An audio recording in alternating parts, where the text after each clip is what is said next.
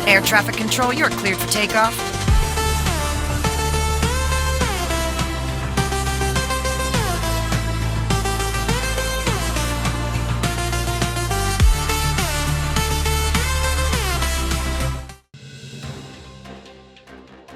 खोपटा कोपरोली रस्त्याच्या काँक्रिटीकरणाच्या संथ गतीमुळे उरण पूर्व विभागातील नागरिकांना दररोज वाहतूक कोंडी, खड्डे आणि धुळीचा त्रास सहन करावा लागत आहे. अवघ्या 900 मीटर रस्त्याचं काम 15 ते 20 दिवसात पूर्ण होईल असं पीडब्ल्यूडी कडून सांगण्यात आलं होतं. मात्र 3 महिने उलटूनही काम अर्धवटच आहे. याच्या निषेधार्थ सामाजिक कार्यकर्ते विलास गावंड आणि अंगराज म्हात्रे यांच्या पुढाकारानं निदर्शनं करण्यात आली. तर शेतकरी नेते सुधाकर पाटील, रुपेश पाटील आणि अन्य नागरिक सहभागी झाले होते. कामाला गती न दिल्यास उग्र आंदोलनाचा इशारा देण्यात आला. उरण तालुक्यातील चिर्ले, वेशवी, दिघोडे, विंधणे, धुतुम, पागोटे, सोनारी तसंच द्रोणागिरी नोड परिसरातील खाडी किनारी खारफुटी नष्ट करून बेकायदा मातीचा भराव टाकला जात असल्याची तक्रार स्थानिकांची आहे. परप्रांतीय व्यावसायिक आणि यार्ड मालकांकडून हा प्रकार सुरू असून स्थानिक प्रशासन सहकार्य करत असल्याचे आरोप आहेत. खारफुटी ही किनारपट्टीची नैसर्गिक संरक्षण भिंत असून तिच्या नाशामुळे पर्यावरणीय धोका वाढणार आहे. याबाबत विचारणा केली असता तहसीलदार डॉक्टर उद्धव कदम यांनी हे काम माझे नाही अशी प्रतिक्रिया दिल्याने प्रशासनाच्या भूमिकेवर प्रश्नचिन्ह निर्माण झालंय. डॉक्टर नानासाहेब धर्माधिकारी प्रतिष्ठान यांच्या वतीनं महाराष्ट्र भूषण डॉक्टर नानासाहेब धर्माधिकारी यांच्या वाढदिवसानिमित्त पेण शहरात स्वच्छता मोहीम राबवण्यात आली. तालुक्यातील शेकडो श्री सदस्यांनी सहभाग घेत मोठ्या प्रमाणावर ओला आणि सुका कचरा संकलित केला. गोळा केलेला कचरा नगरपालिकेच्या घनकचरा प्रकल्पात वर्ग करण्यात आला.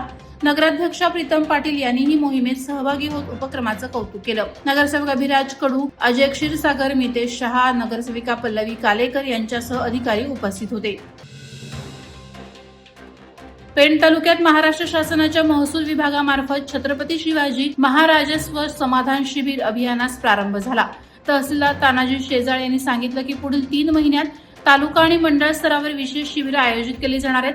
7 आणि 14 मार्च, 10 आणि 17 एप्रिल तसंच 8 आणि 15 मे रोजी शिबिरं होणार आहेत.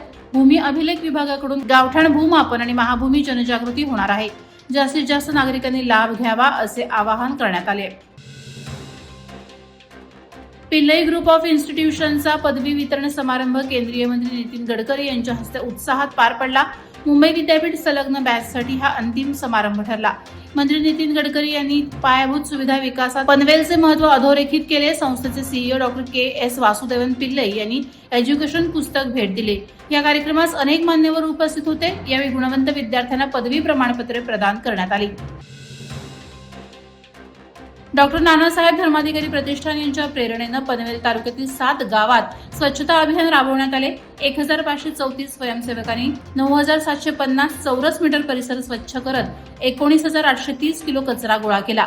शासकीय रुग्णालय, शाळा, ग्रामपंचायत कार्यालय आणि स्मशानभूमी परिसरात साफसफाई करण्यात आली. सरपंच आणि स्थानिक नागरिकांनी सहभाग घेतला. सामाजिक बांधिलकीची जाणीव जागृत करणारा हा उपक्रम ठरला. खालापूर तालुक्यातील निगडोली येथे एकता संस्था संस्थापक श्री अम्मा भगवान यांच्या मंदिराचे भूमिपूजन हजारो अनुयायांच्या उपस्थितीत झाले. 77वा वाढदिवसही साजरा करण्यात आला. 7 एकर जागेत मंदिर उभारले जाणार आहे. विविध धार्मिक विधी आणि दीक्षा कार्यक्रम पार पडले. देशभरातून अनुयायी उपस्थित होते. प्रेम, नातेसंबंध आणि आर्थिक समृद्धी आणण्यासाठी दीक्षा कार्यक्रमाची सुरुवात झाली. यातून मानवतेचे कल्याण आणि आध्यात्मिक विकास साधला जाईल असे कार्यक्रमातून सांगण्यात आले. महाराष्ट्र राज्य पत्रकार संघ यांच्या राज्यस्तरीय अधिवेशनात पत्रकार राकेश खराडे यांना कोकण विभागातून उत्कृष्ट पत्रकार संघटक म्हणून नवप्रेरणा पुरस्काराने सन्मानित करण्यात आले. प्रतापराव जाधव यांच्या हस्ते वाशिम येथे त्यांचा सत्कार करण्यात आला. कार्यक्रमाचे आयोजन राज्य पत्रकार संघ मुंबई आणि महाराष्ट्र राज्य मराठी पत्रकार संघ यांच्या संयुक्त विद्यमाने करण्यात आले. उद्घाटन प्रसंगी भागवताचार्य, परमपूज्य रमाकांत व्यास आणि पालकमंत्री दत्तात्रय भरणे उपस्थित होते. परिसंवादात पत्रकारांचा डीएनए काय या विषयावर चर्चा झाली. मुंबई पुणे जुना महामार्गावरील बोरघाट परिसरात अंडा पॉइंट जवळ पिकअप वाहनाने दुचाकीला धडक दिल्यानं भीषण अपघात झाला. या अपघातात दत्ता शिंगाडे राहणार आसल, धनगरवाडा, नेरळ यांचा उपचारादरम्यान अंत झालाय. तर अनंता शिंगाडे जखमी झाले. दोघे लोणावळ्याहून खोपोलीकडे येत असताना दस्तुरी ब्रिज खाली हा अपघात घडला. भरधाव वेगातील वाहनामुळे ही दुर्घटना घडल्याचं सांगितलं जात आहे. दत्ता शिंगाडे यांच्या निधनानं कुटुंबावर दुःखाचा डोंगर कोसळला असून परिसरात हळहळ व्यक्त होत आहे. जय महाराष्ट्र शासकीय अधिकारी कर्मचारी संघटना तालुका पेण शाखा यांच्या नेतृत्वाखाली लिपिक वर्गीय कर्मचाऱ्यांनी 23 फेब्रुवारीपासून बेमुदत कामबंद आंदोलन सुरू केले. जय महाराष्ट्र शासकीय अधिकारी कर्मचारी संघटना यांच्या वतीनं वेतन त्रुटी दूर करणं, सुधारित वेतन श्रेणी, पदनाम बदल आणि पदोन्नती साखळी कमी करणं अशा मागण्या करण्यात आल्या.